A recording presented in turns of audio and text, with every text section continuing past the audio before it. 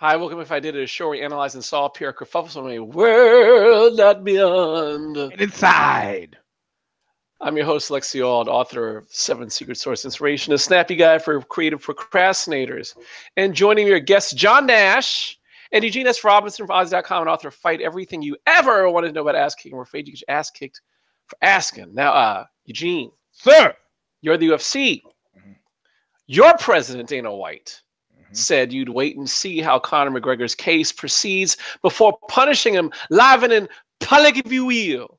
Why?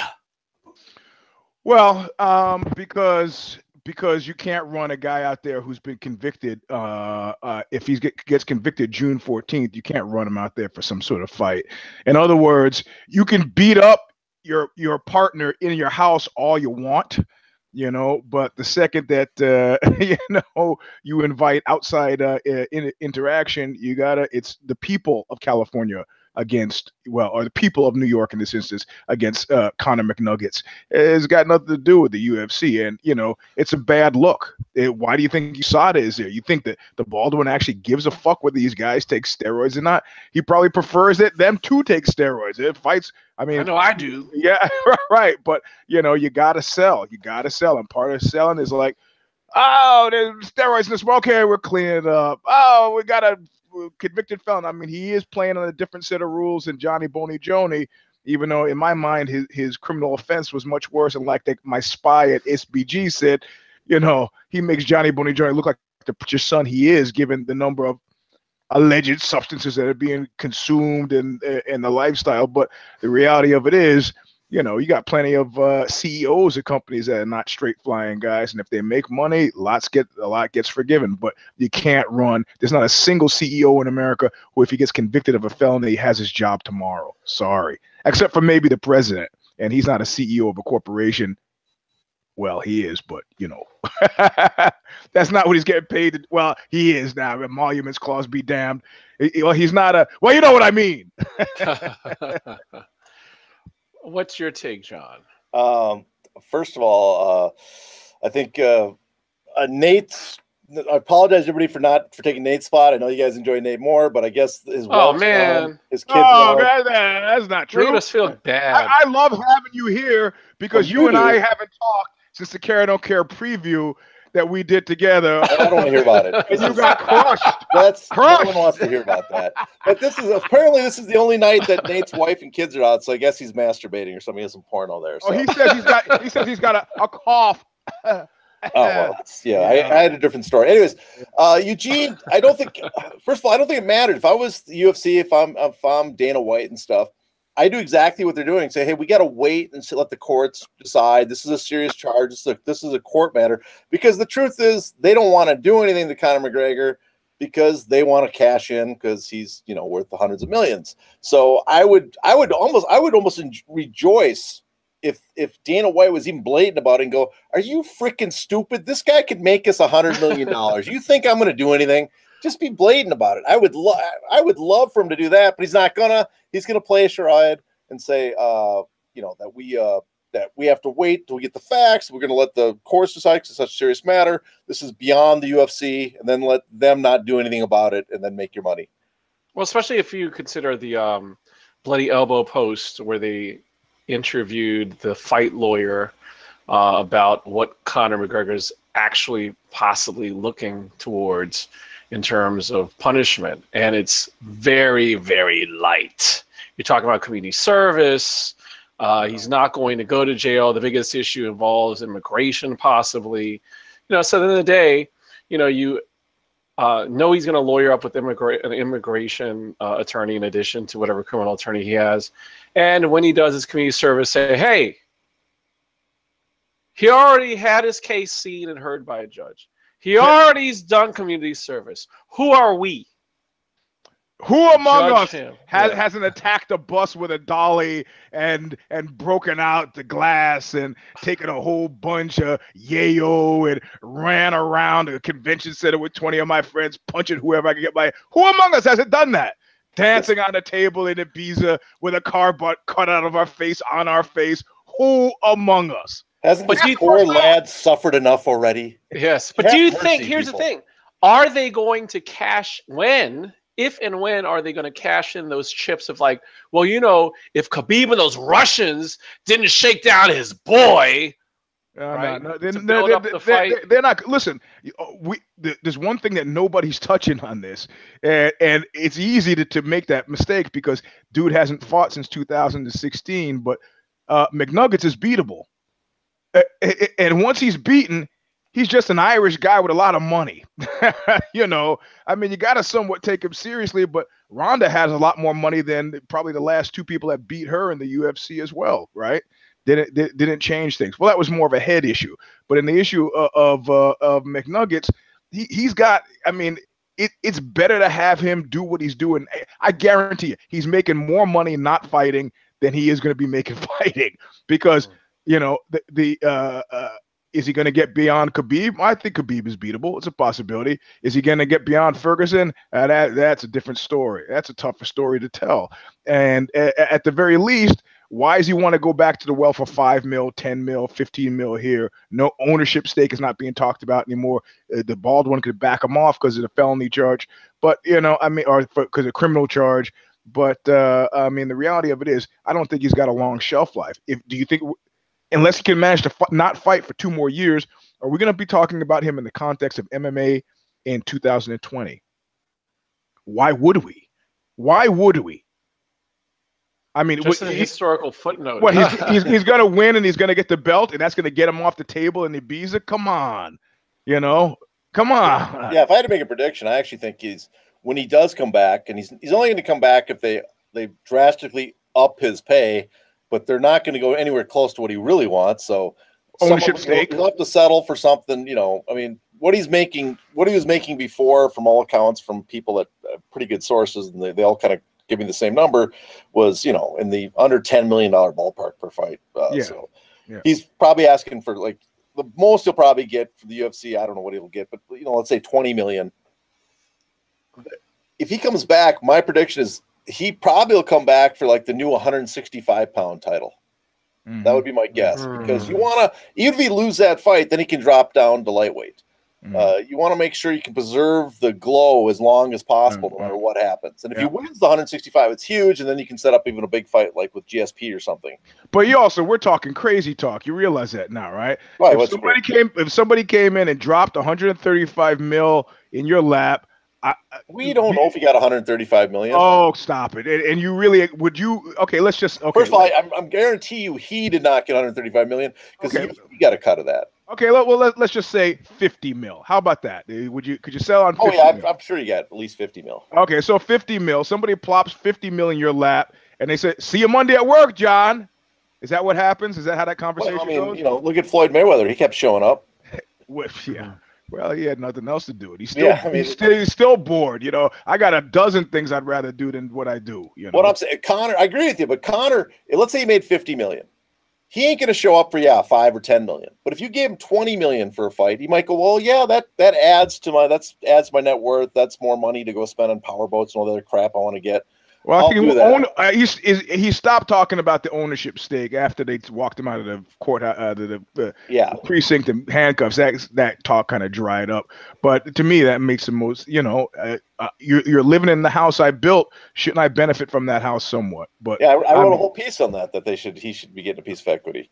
Yeah. But I think for the UFC, it's a godsend that he got in trouble. Because great, you have these problems, and the only way to kind of fix it is you got to come back to the ring and prove yourself. That's right. You know, oh man, I'd like to give you that ownership stake, man, but I just can't. Oh, you know, the press is after me, man. The commissions, they're all over me. I mean, I'd like to. I'd really like to.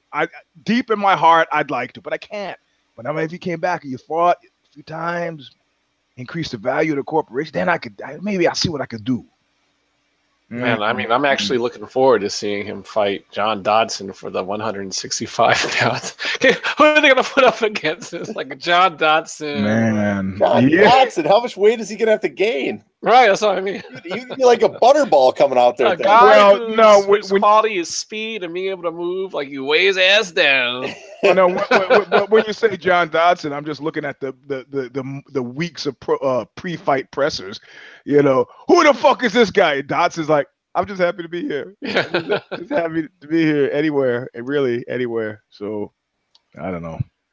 Man, well, speaking about being in trouble with the law, John, you're Fedor. How do you explain your FBI situation? Well, first, I don't tell anybody that the microfiche was smuggled into my gloves that I gave to Scott Coker to get out of there.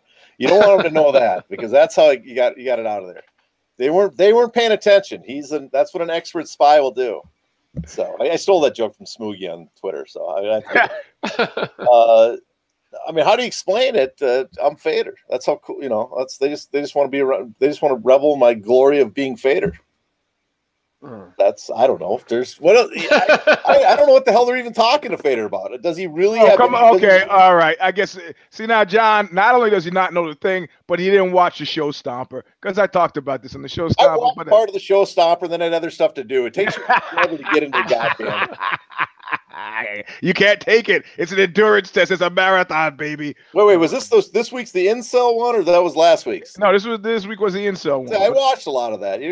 But I talk about Fedor at the end. I talk the last 5 minutes to talk about fighting. So, but no, I'll let you finish with your answer, because I was giving you this. You took over. Why not? I figured it's your show. I don't get to say how long you get to talk. I surround Academy you. I could have just kind of got at the. I don't even know what they could ask Fedor. I mean, what information? First of all, what are they asking when they ask him about Trump and Russia? If that's it, I mean, what could he possibly know? Cohen, what would he know about Cohen? I don't get what Fedor. Well, okay, all right. Well, let me. I did color commentary for Federico Lapenda back in 1999 or 2000, and I had to fly to St. Petersburg, Russia, and I was for German TV was filming it, and I was the color commentator for this show he was doing, World Vale-Tudo Championship, and Finkelstein was there, M1 was there. And went with the fighters everywhere they went to the Red Devil Sports Club, which is Fedor Sports Club in St. Petersburg. And I saw Finkelstein, and I saw him talking to some guys. I had a translator. Her name was, you don't pronounce Olga the way we pronounce Olga. You pronounce it Ola. So I was with Ola, and I said, hey, who are those guys? Talking to Finkelstein. And she just looked at me like dead eye and goes, I don't know. I go, well, no, they have name tags on the tables, and you could see, or they had VIP. She goes, I don't know. I was like, oh, I get it. They could have. I mean, they could have, from Chechen warlords to cats I wouldn't fucking recognize from the milkman. These cats are there. What could Fedor have said? Well, hey, was he in Moscow on such and such a date? I don't know. I mean, he's hanging out. It's a casino guy, going to fights, doing stuff that casino guy do. They're trying to they're trying to do a Columbo thing. And then one other thing. Was he at the casino, or was he with Vladimir? I mean, these are breadcrumb trails, man. I'm sure Nate would laugh at me with this, but there are plenty of reasons to talk to Fedor. It's not like he's low on the card. He's hanging out with a different classification of people when he's at fights. When at Fedor, he wasn't sitting back in the nosebleeds. He wasn't even sitting on the fucking World Vale-Tudo. They don't use a cage. They use a ring. He was sitting in the VIP section with the guys who Ola wouldn't tell me what their names were. Actually, whatever happened to Ola? That theory. Fucking I don't know. The idea that he could confirm a date of someone in Russia that Cohen or. Because Cohen says, remember, he said, I was in Russia at those dates or whatever. What if there was an event? And then they're like, well, we have this guy that'll say you were there. The other thing is, are we for sure we know it's about Trump? Is it possible it's about, world peace, money laundering with mobsters and stuff? Well, all of that. Or his brother, the rapist, right? The convicted rapist. Or I mean, I feel very uncomfortable even talking about this, but once you start to tarry with let's just move on. How about that? Once you start to tarry with really tough bad guys, man, things start to happen. Like, I was training today, and we had a new guy, and Sorrell goes, oh, another fucking European. I go, where are you from? The guy goes, well, I'm from Poland. I go, oh my God, well, my wife is Polish. He's like, where? He goes, Warsaw. I said, oh, we're in Stettin. And I said, "Did you train over there?" He goes, "Yeah." I go, "Well, I used to train with the Berserker fight team, and it was like that thing that, you know, the needle on the record."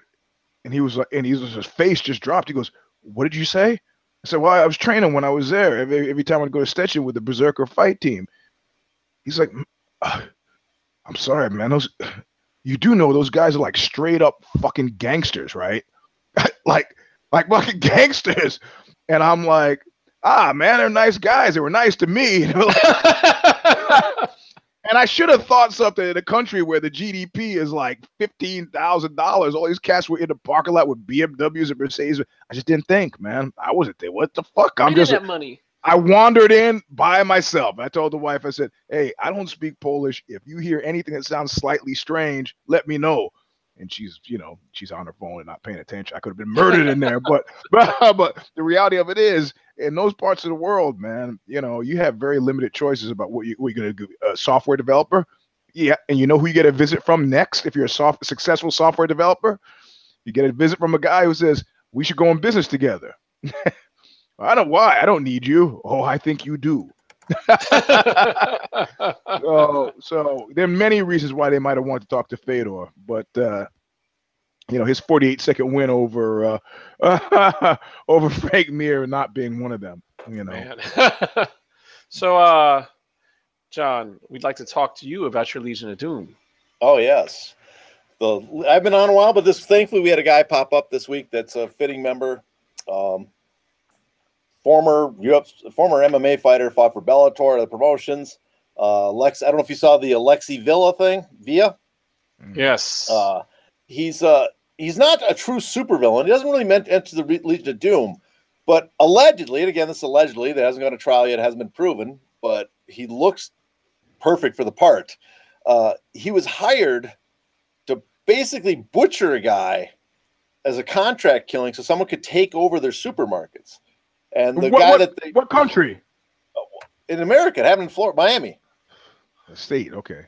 So happened in Miami, and the guy did it for one of them. The guys he worked with, he was supposedly partnered with another MMA fighter when he did it, and the guy that hired him was a promoter that fled to Spain.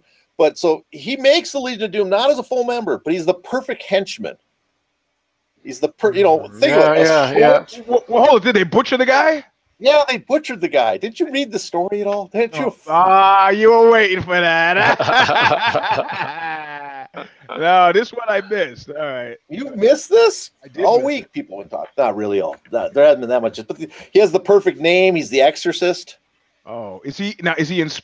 They extradited him back, or where? No, he's in the U.S. He was teaching at 8 American Top Team. Okay, I did. Yeah, I did hear this. This. Okay, all right. But so he's the lead. He fits it perfect. 5'4", perfectly a runt. Just has a good visual appearance as a henchman that could butcher you in the Everglades on orders.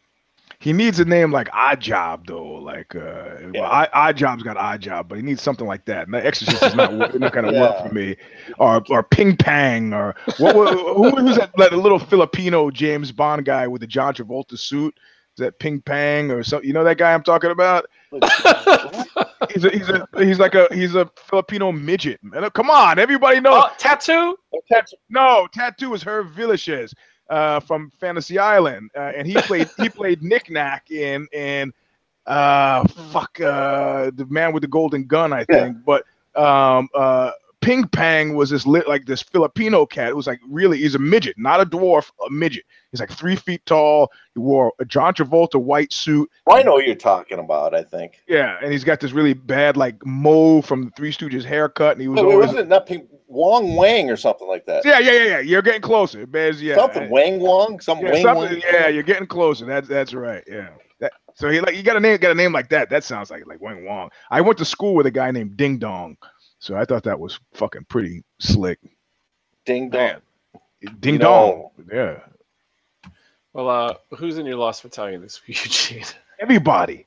Have you been? It's like I can't even. We're trying to exert some discipline in the Showstopper universe because there are different categories. There's a Phantom Toll booth, which is where the vast majority of fighters are, where they got the little number like in Beetlejuice, and they're kind of waiting for the number to be called. They're kind of active, but they're not really? And and then you have you got the Major Tom and these are guys who are just kind of floating out there. You mention their name, you go, oh shit, yeah, Francis Karma, whatever happened to him?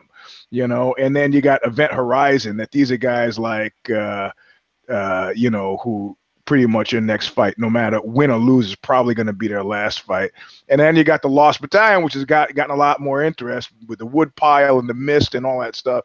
And there's also Litz, which is lost in the supermarket. Guys that are winning, but they have no idea how to fucking market them. So they just, and now I'd like to create a category for a guy who I want to put in there, because the temptation is to put him in Lost Battalion, but I think he's pretty self-aware and he knows where he is. And I think that's Frankie Edgar. It's like he's talking about another title shot again, which legitimately I don't see any reason why he shouldn't, but he's comported himself so poorly the previous times. I think it's like he's checkmated, right? Like he can't go forward effectively, and going backward makes no sense. And he's still in the mix. He's not Phantom Tollbooth. He's still in the fucking mix. What do you do with a guy like that? He's not Lost Battalion. He's asking himself the same question. Who do I fight? How can I get back? How can I get a piece of metal around my waist? And it's not crazy to hear him talk about it. It's not like, who fought a bum when he came? Somebody fought a bum recently and was like celebrating, like, not a bum, but Chris Weidman, who I will mention as well. Chris Weidman, when he beat Kelvin Gastelum, who he was vastly outweighed and still almost got his ass kicked by the guy. That wasn't like that. Frankie Edgar got murked by Ortega and then came out and handled himself well. Actually looked good. He said, I had to get back on the horse. He felt brave enough about it to bring his kids to the fight. But I'm going to have to say that I can't for the life of me think of where he goes. I can't. I'm doing my fantasy MMA league, and I'm zigging. I don't know where to put him. I don't know what to do with him. So checkmate, bro. You got it. But Chris Weidman, of course, has continued. I think he got a scare thrown in him by Joanna Jędrzejczyk, and he's really been pumping hard to stay in there, saying all kind. Now he's healthy. He has his mystery ailment that nobody heard about until 1 in a million, Jack. Yeah, was a few weeks ago, never mentioned before. #February. He's going to come back. He's going to dominate the division. It's absolutely fucking insane. And it shows an aggressively marked lack of self-awareness. And Junior Dos Santos is back as well. Thankfully, he's kept his mouth shut. But I got the fucking missed alarm, the Lost Battalion alarm, wham, going off, because it's just a matter of fucking time. Like, why can't you be more like Kane? You don't know what Kane is doing. Kane has been banned for those of you who Major Tom by the mention of Kane. I'm saying Cain Velasquez. He's just been quiet, man. Just out there, just doing whatever he's doing, rehabbing, getting ready for another run or not. You don't know. That's the thing. You don't know, and you're better off not knowing. So, those are. I mean, and I got a handful of others. I think maybe these guys, as their careers progress, and they realize, man, I'm not going to be doing this 10 years, so I want to do as much of it now as possible, or alternatively, I want to accrue as much cash as possible for doing it now. So let me get some talking happening. But I don't know, the guys who comport themselves well, like I like GSP right now. I'm liking what he's doing. Like, you don't hear from me. I got the race car bed. Good luck to you guys. I got to get my head. I'm out of it. It was clear he didn't like any of that shit, man. He didn't like the press fight and the presser and the yapping and the trash. He didn't dig it, man. I mean, even putting the suit on and going out with the people, I don't know. One feeling. Well, it's the name of the actor was Wang Wang. Wang. See, for your height only. Yes. The Impossible Kid, Guinness World Record, shortest adult actor in a leading role. Yeah, he's. Rest in peace. Died at age 34. Yeah, he was. I mean, you don't have many. I don't know if this is politically correct. You can't use midget anymore, right? Is that out? What are you laughing? I don't know. It's a little, you know. You can't use it. You can't be okay. I don't know if you can. Okay, but he's that's not the proper. Right. Okay. Well, it's an identification of the proportions, is what I'm trying to get at with the platonic. It's 2'9". Yeah. He's 2'9". So the like dwarves, their proportions are not. He was just a very tiny person, right? If you blew him up, his proportions would have been. Man, they're words to. I'm not a doctor. Well, but there's something about the mean, like the ratio between the head to the body size. Peter Dinklage is very different from Wang Wang, is what I'm saying. That was a long way to go for very little. Sorry. Yes. No pun intended. I think Thanks for joining us. Follow us on Twitter, EUGENE'S, Robinson, Lexio, to Hey Not the Face, at Facebook at MMA Pancholes. Please give us a thumbs up, Eugene. That's a thumbs up. Leave comments on YouTube. Subscribe to MMANation.com, YouTube, MMA Nation on iTunes. Visit Bloody Elbow. Buy Seven Secret Source Inspiration. Buy Oxbow's Thin Black Duke. And actually, we're coming up on the 1-year anniversary of Thin Black Duke on May 4th. But more importantly, or as importantly, we have the Easy Way Out, the Boonwell record, which is available anywhere you could steal music from or buy. And did you notice Nate Wilcox stole my joke about cutting the eyeball? Yeah, he did. It's like he hasn't seen that movie. I believe John has seen that movie, but John is the one who tipped me off to the most amazing tip-off ever. I'm a huge Joseph Lucy fan. Seeing all of his movies, I thought I'd seen them all. I read the biography of the guy, like everything. I like exhaustive, like Asperger about him. He says last show he did. He goes, "I'm gonna go see M." I go, "Oh yeah, we watch it." Peter Lorre. He goes, "No, I'm going to see the American version." I was like, He goes, "No, it's Joseph Lucy." I was like, mind blown. And have you ever seen The Big Night? Did you see that by him? Which one? The Big Night. Yes, terrible. That's one of those ones I don't like. But well, he was his health was ailing, and again, Dirk Bogarde. That's the last movie he did before he left the country. Yeah. That's the third one. This is I'm sure the viewers out are going to love our exploration of 1950 cinema. But I tried to find M online, the American version, and it's there, but it's fucking pixelated and fucked up, so I can't. Oh can't. Man. Anyway, sorry. And immediately following the show, be sure to check out our non-MMA show, If the Shoes Fit, on YouTube. So how do they figure that out, Eugene? Right below this picture, there's a link. I don't know if it's there. John should have put it there. Nate put it. It's in there, but you might have to open up the description more because it's underneath the fold usually. So we're gonna log out of this channel and we're gonna log back in on If the Shoes Fit. It's just that simple. It'll probably take us about 90 seconds longer for me because my computer's acting. And I gotta run to the restroom really quick. But Lord. Well, otherwise, we'll be back next week with another install. If I didn't, we don't know what we're going to talk about because the PR mistakes have yet to be made.